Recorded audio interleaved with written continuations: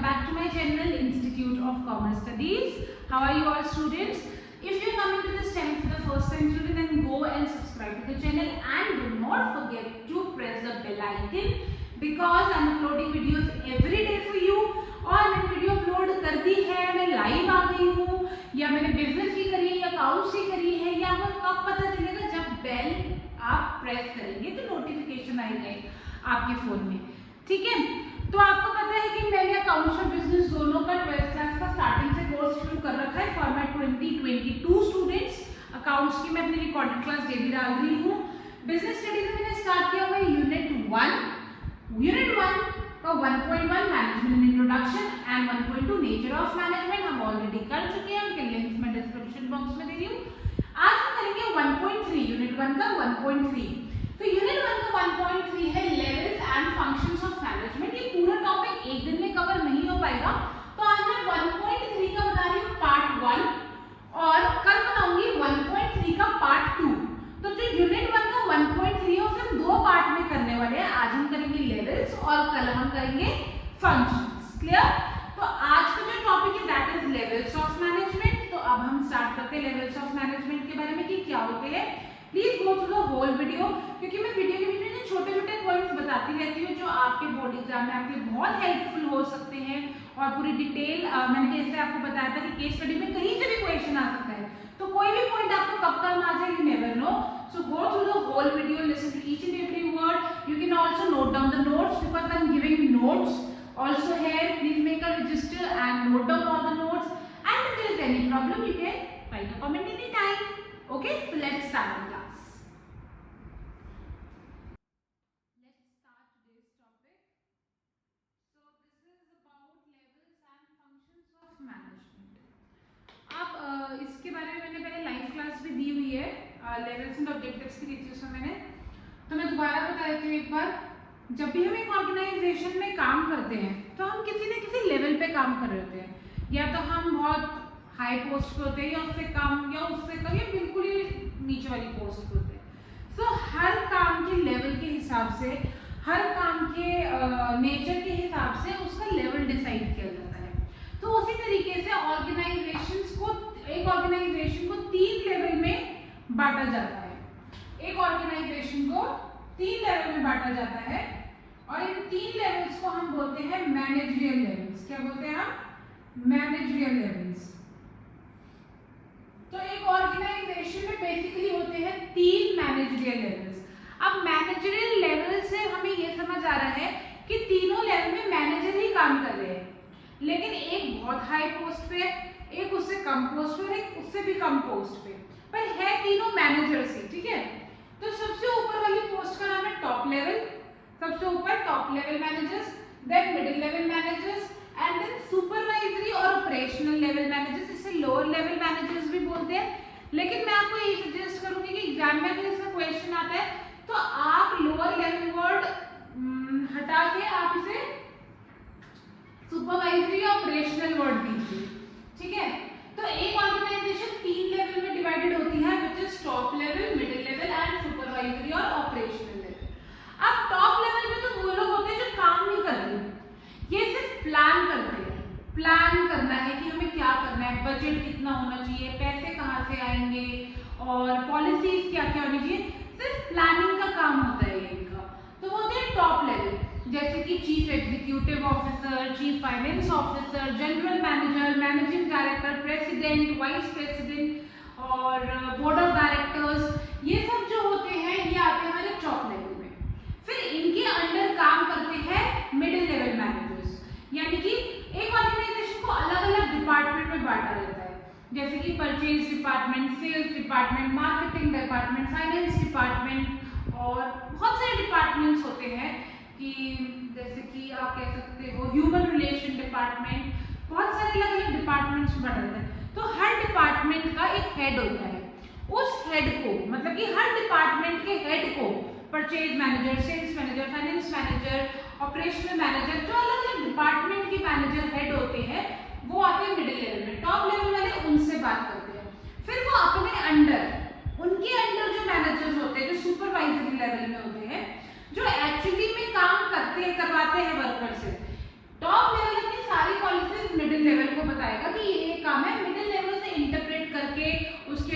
लोगों को हायर करेगा, उन्हें मोटिवेट करेगा, उन्हें काम समझाएगा। उसके बाद आते हैं सुपरवाइजरी लेवल। सुपरवाइजरी लेवल पे भी मैनेजर्स ही है, जैसे कि आपने सुना ठेकेदार, जो मजदूर के ऊपर खड़े होकर काम कराते हैं, ठेकेदार है तो वो भी मैनेजर ही, खुद थोड़ी काम कर रहा है, काम तो मजदूर कर रहा है, लेकिन काम कराने वाला मैनेजर होता है। Manager is an art of getting things done by others. तो काम कराने वाला मैनेजर ही है, काम करने वाला मजदूर है, वर्कर है। तो जो ठेकेदार होता है, जो बिल्कुल वर्कर के ऊपर, सर के ऊपर खड़े रह के काम करवाएगा, वो होगा सुपरवाइजरी लेवल। अब सुपरवाइजरी लेवल का काम सबसे इंपॉर्टेंट होता है, क्यों? क्योंकि वही पर्सन है जो मजदूर के सर पे खड़े होकर, वर्कर के सर के ऊपर खड़े होकर काम करवा सकता है। ना तो टॉप लेवल वर्कर को देखने आएगा, ना मिडिल लेवल देखने आएगा। टॉप लेवल ने तो पॉलिसी, प्रोसेस और ऑब्जेक्टिव बना दी कि ये काम करना है, और मिडिल लेवल को बता दिया। मिडिल लेवल ने उसके अकॉर्डिंग लोग छाट लिए और वो सारा काम सुपरवाइजरी को बता दिया। अब सुपरवाइजरी ने वर्कर के सर के ऊपर खड़े रह के वो सारा काम कराना है। अब आपको कि मैम वर्कर का है, वर्कर भी तो होने चाहिए चार्ट में, यहाँ तीनों मैनेजर्स हैं, तो वर्कर है यहाँ। वर्कर बेचारे जो काम करते हैं, एक्चुअली में जो काम कर रहा है वो सबसे नीचे है, और उसको किसी मैनेजरियल लेवल में भी नहीं इंक्लूड किया, क्योंकि वो मैनेजर नहीं है, वो खुद काम कर रहा है, वो काम करवा नहीं रहा है। जो काम करवाते हैं वो मैनेजर होते हैं, वर्कर तो खुद काम कर रहा है। तो वर्कर जो आता है वो आता है नॉन मैनेजरियल लेवल में, ठीक है? वर्कर आएगा नॉन मैनेजरियल लेवल में, और जिस जगह पर वर्कर काम करता है उस जगह के नाम को हम बोलते हैं प्लेटफॉर्म एरिया। क्या बोलते हैं? प्लेटफॉर्म एरिया, ठीक है? तो जो सुपरवाइजरी लेवल में लोग आते हैं वो होते हैं फॉर्मेट सुपरवाइजर्स, यानी कि ठेकेदार, और उनके अंडर होते हैं वर्कर, जो कि मैनेजरियल लेवल में नहीं आते। नॉन मैनेजरियल लेवल में तो जिस जगह पे ये काम करते हैं वो होता है प्लेटफॉर्म एरिया। जैसे टीचर को भी एक वर्कर है, क्योंकि टीचर अपना काम किसी और से नहीं करा रही है, वो खुद अपना काम कर रही है। जैसे मैं आपको एग्जांपल देती हूँ। फॉर एग्जांपल मेरा स्कूल है एबीसी स्कूल, ठीक है? मान लेते हैं एबीसी स्कूल है। अब उस स्कूल के एक चेयरमैन है, क्लियर? चेयरमैन के अंडर है ओएसडीज, ओके? ओएसडीज के अंडर है प्रिंसिपल, और प्रिंसिपल के अंडर है टीचर्स। अब पूरे स्कूल में काम कौन करता है बताओ? टीचर करती है ना, टीचर ही तो कर रही है, हर बच्चों को जाकर पढ़ा रही है, हर बच्चे का रिजल्ट बना रही है, हर बच्चों को मार्क्स दे रही है, हर बच्चों से इंटरेक्ट कर रही है, टीचर ही तो है बेचारी। तो टीचर जो है वो है वर्कर, ये प्लेटफॉर्म एरिया पे काम करती है, ठीक है? थोड़ा हाई स्टैंडर्ड वाला बता रही हूँ ना, मैं मजदूर वाला नहीं बता रही। तो ये है वर्कर, टीचर कौन है? वर्कर। ये आती है नॉन मैनेजरियल लेवल में, ये बेचारी मैनेजर नहीं है, क्यों? क्योंकि अपना काम खुद करती है ना, और ये जिस जगह पे काम करती है उसे बोलते हैं प्लेटफॉर्म एरिया। अब ये लोग स्कूल में प्लेटफॉर्म एरिया कौन सा है? अरे बिजनेस के वर्ड टर्म्स में वर्ड है ये, ठीक है? उसके ऊपर टीचर के सर पे डंडा किसका है कि मेरी प्रिंसिपल मैम को रिपोर्ट देनी है मैंने? किसका डंडा है टीचर के ऊपर? प्रिंसिपल का, क्योंकि प्रिंसिपल ही है वो जो टीचर के सर पे खड़े रह के हर समय काम करा रहा है, हर समय उसका स्क्रूटनी कर रहा है, चेकिंग कर रहा है कि वो काम सही कर रही है, बार बार उसकी गलतियां निकाल रहा है बार। लेकिन अगर मुझे कोई प्रॉब्लम है, अगर मैं टीचर हूँ और मुझे कोई प्रॉब्लम है, मुझे कोई शिकायत है, तो मैं जाके इनसे थोड़ी बोलूंगी, चेयरमैन से, मैं जाके अपनी प्रिंसिपल को ही बोलूंगी। It means she is closest to me, principal is closest to me, she is working at supervisory level and she is closest to worker, she is listening to my grievances, plus वो हर समय मुझे guide भी कर रही है, हर समय मुझे supervise भी कर रही है, ठीक है? अब प्रिंसिपल के ऊपर आता है ओएसडी, ठीक है? ओएसडी है मिडिल लेवल पे। अब मिडिल लेवल से पहले मैं आपको टॉप लेवल बताऊंगी।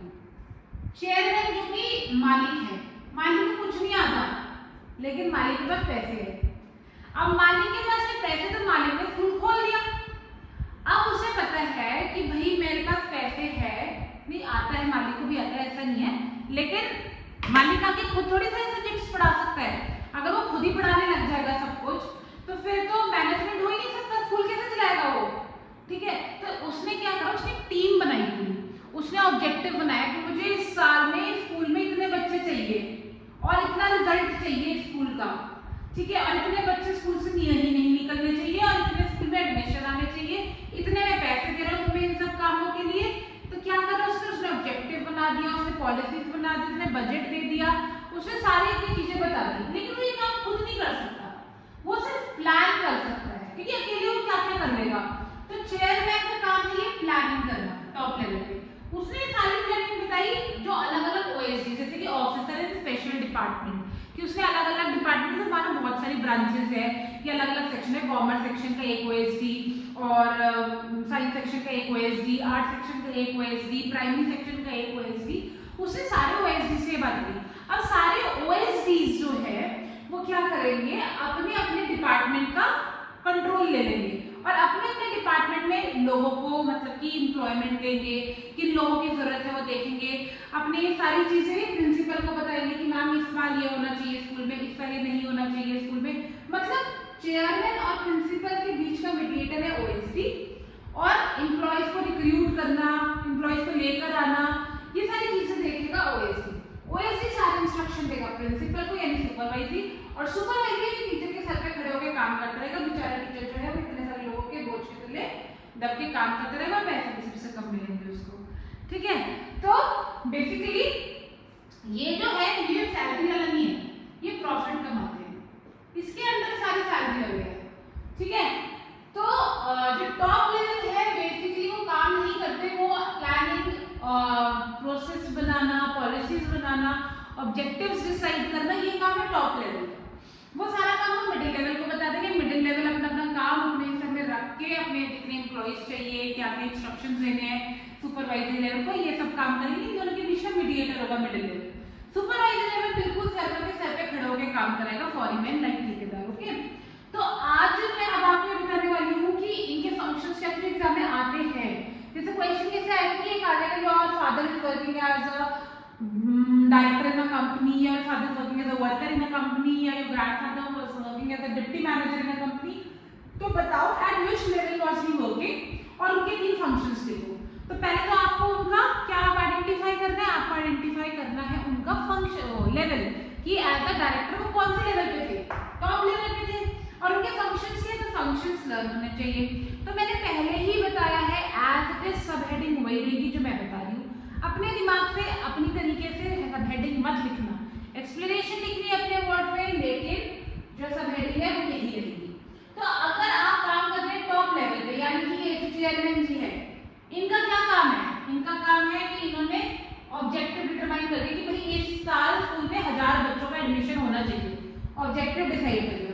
पॉलिसीज भी बना दी, इसके लिए तुम यहाँ से मार्केटिंग करो, एक काम करो पैम्पलेट छपवा दो, एक काम करो कैंपेनिंग करवा दो, ये सब करवा दो, पॉलिसीज भी बना दी। चलो असेंबलिंग रिसोर्सेज, पैसे भी दे दिए, लो पैसे भी ले लो। अप्रूविंग बजट, जो बजट आया था वो भी अप्रूव कर दिया कि ठीक है पैसों की बात है, इतने में इतने ले लो, उतने में इतने ले लो। रिसोर्सेज में मैन, मशीन, मटेरियल, मनी, चारों चीजें अवेलेबल करा दी, आदमी भी, मशीन भी, मटेरियल भी और मनी भी। ये काम करा टॉप लेवल में। अब मिडिल लेवल यानी कि ओएसडी क्या काम करेगा, ओएसडी ने सारी जो पॉलिसीज बनाई है उसे इंटरप्रेट करा। इंटरप्रेट मतलब एक्चुअली वो उसे काम में लेकर आए। उन्होंने सिर्फ पॉलिसीज बनाई थी कि उन्होंने बोला कि भाई एक टीम को कैंपेनिंग में भेजो, एक टीम को पैम्पलेट में लगाओ, एक टीम को कॉलिंग में लगाओ। तो उन्होंने उन पॉलिसीज को एक्चुअली में इंटरप्रेट अप्लाई करवाना स्टार्ट करा। फिर जितने एम्प्लॉइज चाहिए उन्हें अपॉइंट करा ओएसडीज ने, सारे इंस्ट्रक्शंस दिए प्रिंसिपल को कि ये इंस्ट्रक्शंस है चेयरमैन सर के, ये होना चाहिए, और एम्प्लॉइज को बीच बीच में आकर मोटिवेट भी करते रहते हैं, अच्छा काम करो तो अच्छा इंसेंटिव मिलेगा, अच्छा काम करोगे तो अच्छा इंक्रीमेंट मिलेगा, तो एम्प्लॉइज को कभी कभी मोटिवेट भी कर देंगे। अब आते हैं सुपरवाइजर यानी प्रिंसिपल का काम आ गया।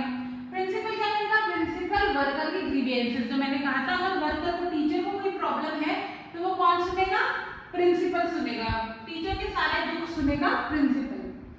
Ensuring proper work environment, school का माहौल, काम करने का माहौल बिल्कुल अच्छा हो, साफ हो, डिसिप्लिन हो, ये कौन चेयरमैन आके थोड़ी देखेगा, ये देखेगा principal. Ensuring proper work environment, ensuring safety of workers, मेरे जो वर्कर्स है यानी कि जो मेरे टीचर्स है वो एक अच्छे साफ माहौल में काम करें, अपनी सेफ्टी में काम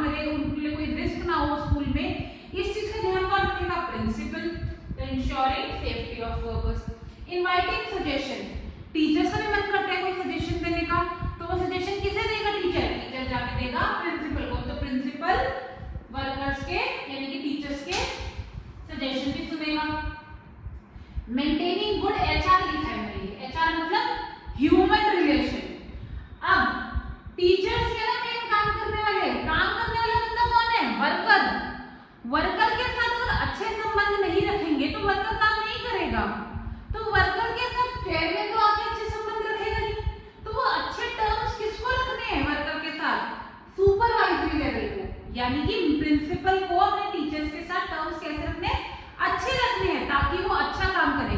अगर प्रिंसिपल ने ही बात बिगाड़ दी टीचर से, तो टीचर भी काम अच्छा नहीं करेंगे, टीचर कहेंगे हम भी हड़ताल कर रहे हैं, हम भी नहीं कर रहे अच्छा काम, ठीक है। यानी कि वर्कर के साथ अच्छे टर्म्स रखने की रिस्पॉन्सिबिलिटी है सुपरवाइजरी लेवल की, क्योंकि वर्कर ही है जो अपनी फैक्ट्री को बाहर ले जा सकता है और वर्कर ही अपनी फैक्ट्री को यहाँ गिरा सकता है। तो वर्कर्स को खुश रखना, उनसे सजेशंस लेना, उनकी प्रॉब्लम्स को सुनना, ये सारा काम होता है सुपरवाइजरी लेवल का। तो ये है कुछ functions, these are only the sub headings. Explanation अपने वर्ड्स में आप कर सकते हैं इसमें 2 लाइंस में, बट सब हेडिंग्स चेंज नहीं होंगी। सब हेडिंग चेंज मतलब मार्क्स भी चेंज, ठीक है। तो आज हम इतना ही करेंगे कि ये 3 लेवल्स होते हैं ऑर्गेनाइजेशन में, मैनेजरियल लेवल्स, जिसमें तीनों मैनेजर्स काम करते हैं, top level, middle level and supervisory level. उसके नीचे आते हैं नॉन मैनेजरियल लेवल, जिसमें वर्कर काम करता है प्लेटफॉर्म एरिया में। इनके क्या क्या फंक्शंस होते हैं ये मैंने लिख दिए हैं। इसी चैप्टर का ये यूनिट 1 है, जैसे कि आपको पता है यूनिट 1 के 1.3 पे आ गए, 1.1 एंड 1.2 में ऑलरेडी डाल चुकी हूँ, लिंक्स भी दे रही हूँ डिस्क्रिप्शन में। तो अभी ये पार्ट पूरा नहीं हुआ है, लेकिन लेट मी टेल यू, अभी ये 1.3 का पार्ट 1 है। अभी मैं 1.3 का ही पार्ट 2 भी बनाऊंगी, क्योंकि इस पार्ट में levels and functions of management है।